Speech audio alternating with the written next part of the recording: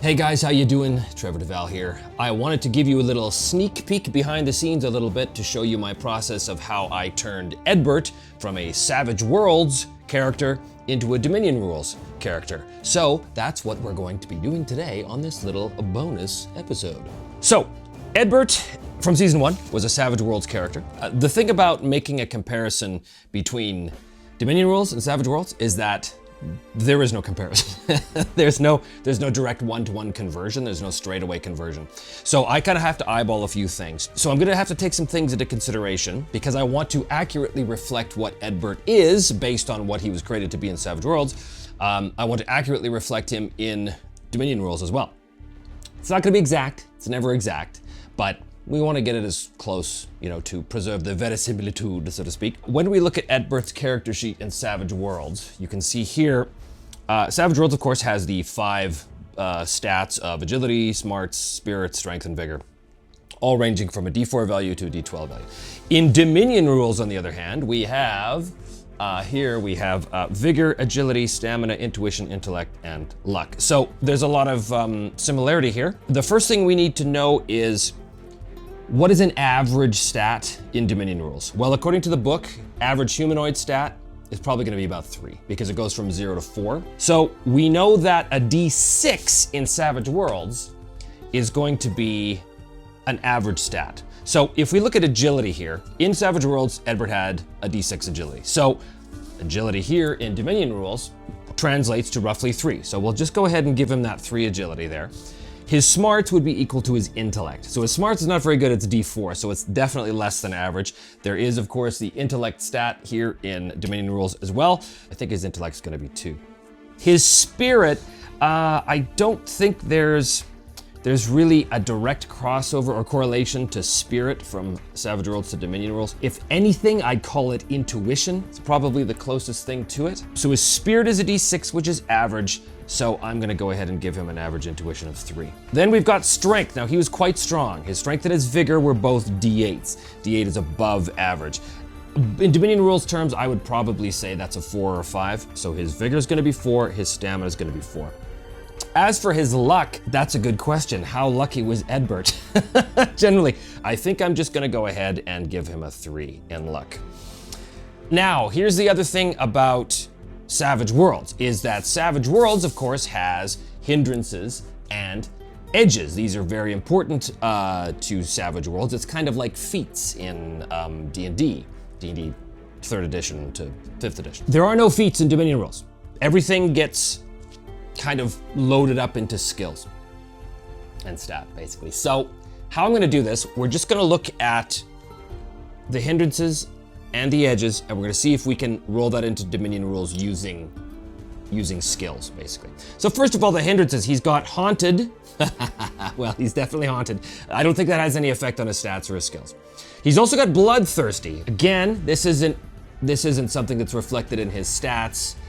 This is just the way he has to sort of be played. Now he's got edges. So the first edge he has is brave, +2 to fear checks. Well, in Dominion Rules, there is no actual fear check per se, but there is withstand magic.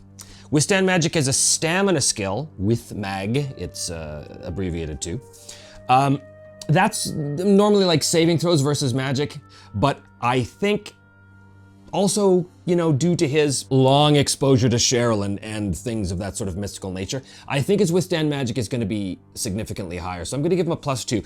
In Savage Worlds, he would have a +2 to his fear check. I'm just going to give him a +2 to his skill of with mag here. So his skill always starts at the same level as the stats. So it'd start at 4, but +2 is going to be 6. Okay. Then he's got a couple of combat edges here. He's got sweep and first strike, and brawny and block. So let's take this one at a time. Sweep is a thing that's specific to Savage Worlds. It allows him to do basically a big multiple attack against adjacent foes. How to model that in Dominion Rules? I think under his combat skills here, there is no sweep skill. I mean, I could create one, but I don't really want to get into that.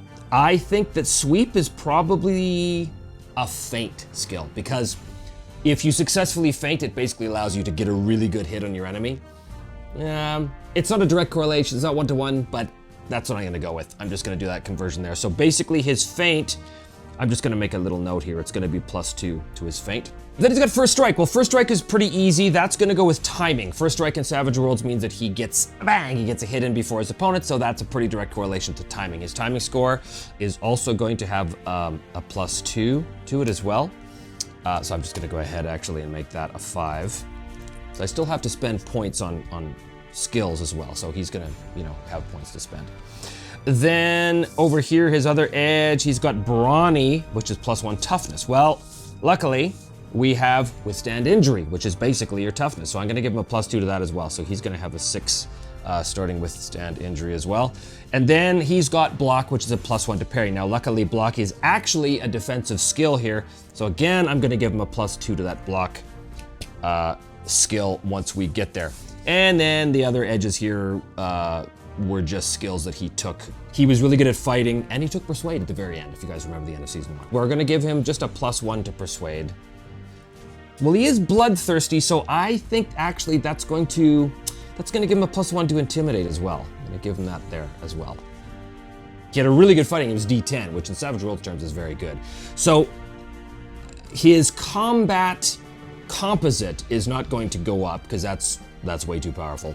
But his fighting is basically going to be his hand-to-hand skill, which in this case is going to be strike. So again, he was really good. I'm gonna give him a +3 to his strike score. Now, in Dominion rules, you can also specialize in certain weapons, and he's gonna do that as well. We're gonna get to that in a second. He's gonna be very good with a long sword, and he does know how to use a long bow as well. In terms of everything else, he has his skills here. So he's got Fighting of D10, which we've already accounted for with the strike skill. He did have an average stealth, so his stealth here, stealth is an agility skill. I'm just gonna bump that up by 1, so that's gonna be 4. He had a Persuade skill, so we bumped that one up as well. Intimidation, we have that here. Notices his alertness, so I'm just gonna give him a +1 alertness, because he did have this skill, so his alertness is gonna be 4. Shooting. Shooting is Missile Strike in this case, so his Missile Strike is gonna be +2, because his shooting is at 6. Streetwise, he had an average, he had a basic Streetwise. I'm just gonna give him a +1 to Deceive, because of that. And then survival is things like, you know, surviving the wilderness. Obviously, he had a very basic survival. We could just create a new skill. We could create the survival skill based on intuition or intellect or something at +1, so it'll also be at 4. Okay, now in terms of his gear, armor, he had chainmail, which in Savage Worlds covers the torso, arms, and legs. Mail, partial mail is probably what that is. +5, which is to his Withstand Injury score. The agility penalty is -1, unfortunately. Everything he does is gonna suffer from a -1, so we'll just put -1 armor. Movement penalty to partial mail is -2, so he's a little slower. Parry penalty is -1, because it's pretty bulky stuff. And the dodge penalty is -2. Okay, weapons. He has a long sword. The strike bonus of a long sword is +2. The parry modifier for the long sword is 0. The disarm modifier is 0. Timing modifier is -6. It's quite slow. And then he's got the long bow. I'll put that down here. Missile strike bonus is +1. Timing modifier is -3. That's basically it for the Savage Worlds portion of him. So if you look at character creation, he's an experienced character, so I'm just gonna give him 60 points, okay? Advancement in this game is done on a table here. It's done on this table here, the skill improvement table. Basically, he's got 60 points, so I'm gonna go ahead and spend those points and see where we wind up. Again, trying to keep close to the original vision of what Edbert is. I'm probably gonna wind up cutting all this out because it's math. Who wants to watch math? Okay, so what we've got here then is his social skills. They're not great, but that actually makes sense because he was not great in that department anyway. His Persuade is gonna be 3. His Command is gonna be 2. His Inspire is gonna be 2. His Intimidate is 5, and the Deceive is 3. Over here, his grip is 4, his muscle is 6, his climbing is 4, and his swimming is also 4. His timing is 7, but it's actually 6 when he uses his longsword, because it's -6 penalty to that. His stealth is 4, his horsemanship is 3, but all of these are at -1 because of his armor penalty. Over here, stamina, his withstand injury is 6, but it's actually a lot more because of his armor. His withstand magic is 6, holding his breath is 4. Alertness is 4, survival is 4, and then his intellect, skills, medical lore, literacy, and heraldry are all at 2, so he kind of sucks at those. Over here, his base strike with all weapons is 8, but with a longsword it is 11. Missile strike is going to be 5. Again, he's not great with that. His brawling is 5, his feint is also 5, and his disarm is only 3. He's not great at disarming, which makes sense because he's bloodthirsty. He doesn't spend a lot of time disarming people to take them prisoners because he doesn't take prisoners, he just kills them. Over here, the dodge skill is 3. The modified skill is actually 1. His dodge is terrible because that armor weighs him down. His parry is normally 6 with his sword, but his parry penalty is 1, so his parry is 5 with the sword. His block with the target shield is 9, and regular block with any other kind of shield is 7. His movement is 4, but it's actually down to 2 because of his armor. His modified withstand injury stats, his modified within stats. His injury stat, in other words, how many hit points he has, is 6, because that's his withstand injury score.